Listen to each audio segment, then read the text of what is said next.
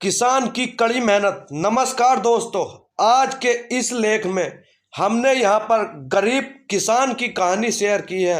इन हिंदी कहानियों से आपको बहुत कुछ सीखने को मिलेगा एवं जीवन में इतना महत्व समझ आएगा। किसान की कड़ी मेहनत करने से अनाज पैदा होता है और किसान बहुत मेहनती होते हैं। इसके जीवन में कितनी भी कठिनाई आ जाए लेकिन यह कभी हार नहीं मानते, ना ही पीछे हटते हैं। आज हम यहाँ पर इन मेहनती किसानों की कहानी बताएंगे। आपको इस वीडियो को पूरा जरूर देखें और पढ़ें। किसी गांव में एक किसान रहता था। इसका संसार में बहुत कुछ ही गरीब था। उसके पास जमीन का एक छोटा सा टुकड़ा था जिस पर वह खेती करता था।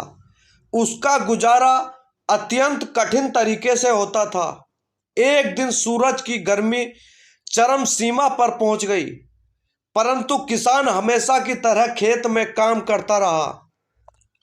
पसीने से लथपथ किसान बुआई के लिए खेत जोतता रहा, लेकिन बीच खेत की जुताई करते समय में किसान को एक लकड़ी का बड़ा बक्सा मिला। किसान ने सावधानी से बक्से को निकाला।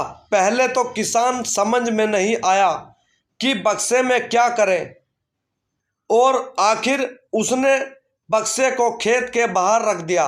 उसे देखकर जो रोटियां वहां घर से लाया था वह बक्से के बीच में रख दी।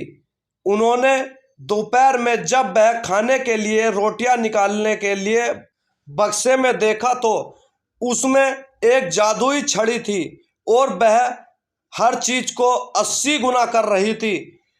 तप्त होकर किसान ने खाने के बाद किसान संतुष्ट होकर बक्से को घर ले आया। बक्सा मिलने के बाद किसान बहुत खुश हुआ। उसे लगा कि उसके सुख दुख अब दूर हो गए। वह लालची नहीं बल्कि धैर्यवान व्यक्ति था। उसने बक्से का दुरुपयोग नहीं किया। जब उसके भी किसी चीज की जरूरत होती तो बक्से से तुरंत प्राप्त कर लेता। समय गुजरने के साथ साथ उसके बक्से के बारे में गांव के जिम्मेदार को पता लग गया।